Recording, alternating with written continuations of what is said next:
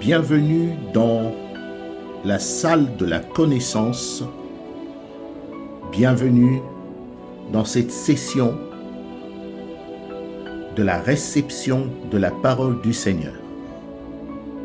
J'aimerais vous recevoir et vous donner une salutation particulière pour votre temps et pour votre engagement et votre foi dans le Seigneur Jésus-Christ. Je m'appelle Abraham Mukele. Je suis messager de la connaissance de la lumière du Christ, Jésus de Nazareth. Aujourd'hui, j'aimerais que nous puissions parler sur le doute.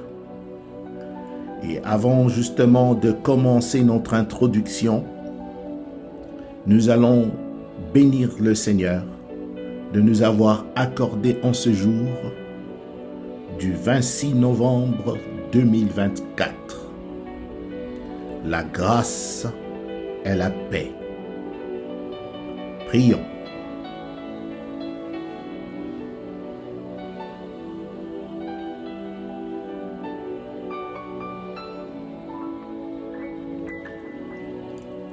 Au nom de tous les attributs de Dieu, par la puissance de la résurrection de son Fils bien-aimé, et par l'autorité de la foi, par lequel il est écrit, même si vous avez une petite foi comme le grain de sénévé, vous ordonnerez aux montagnes de se déplacer et de se jeter à la mer, et cela vous sera accordé. Merci, notre Dieu, notre Roi, notre Sauveur, pour l'accomplissement de ta parole. Nous prions pour l'entendement, nous prions pour la compréhension, nous prions pour la foi qui sera née par ce message. Et nous demandons que la force divine puisse accompagner dans l'harmonie de la voix pour apporter la croissance dans le cœur de ceux qui sont disposés. Car tu as dit, venez à moi, vous tous qui avez soif, je vous donnerai du repos.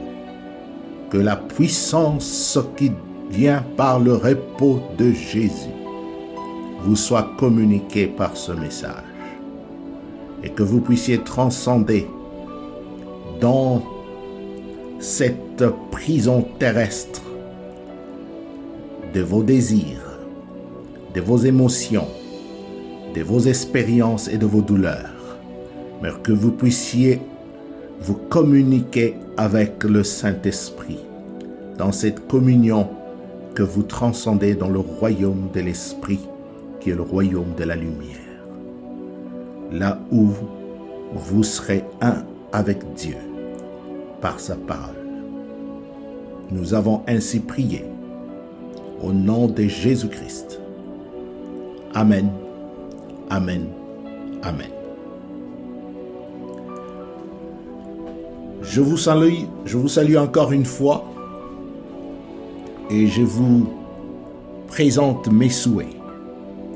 Les plus profonds, c'est que vous puissiez justement avoir la capacité spirituelle de recevoir cet enseignement, car ce ne sont pas du lait. Ce sont des enseignements dédiés à l'Église, à ceux-là qui ont foi au Seigneur et qui ont soif à grandir dans la foi jusqu'à devenir une stature parfaite du Christ, qui est le perfectionnement de ça. Je commencerai par lire la sagesse et la prière. Si l'un de vous manque de sagesse, qu'il la demande à Dieu qui la lui donnera, car il donne à tous généreusement et sans faire de reproche.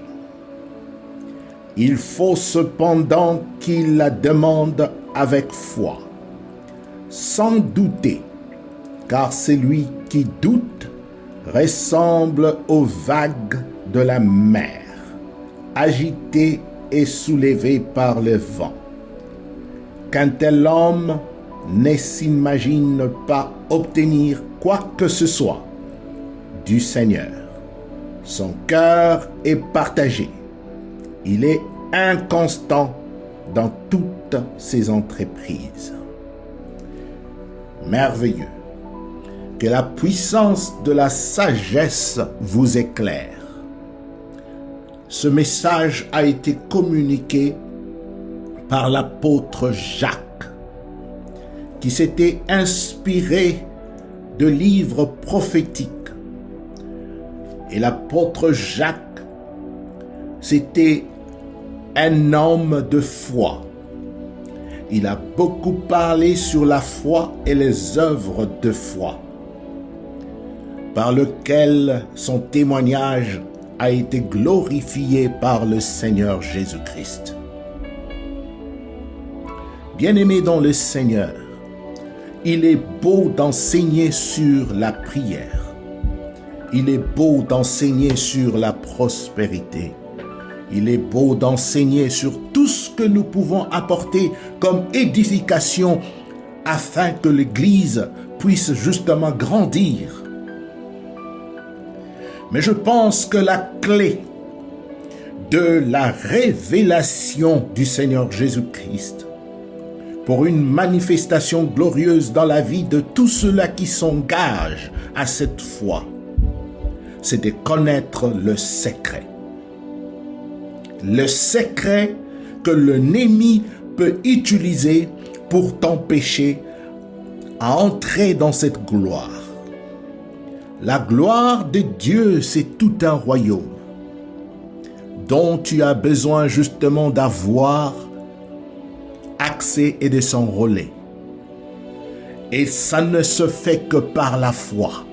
Ça ne s'obtient que par la foi.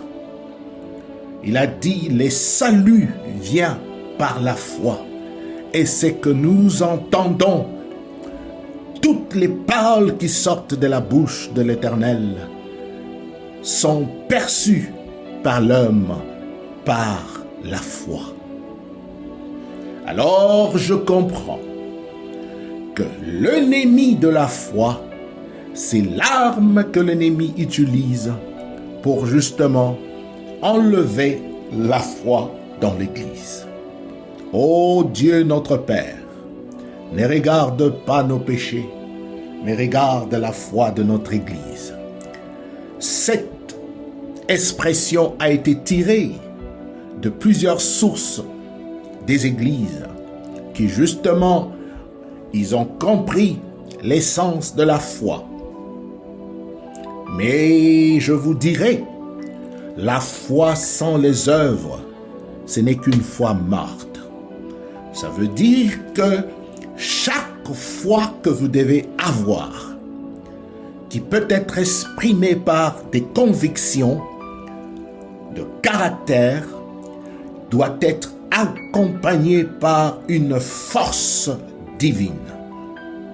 Cette force divine, c'est celle-là qui va justement apporter des fruits et des fruits qui vont demeurer.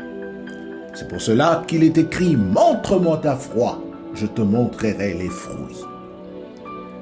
Cela qui signifie tout simplement que la force du Saint-Esprit qui pénètre en nous par la foi nous permet d'éradiquer notre propre existence afin de créer en nous une nouvelle vie, une existence divine qui est la forme même de la volonté de Dieu.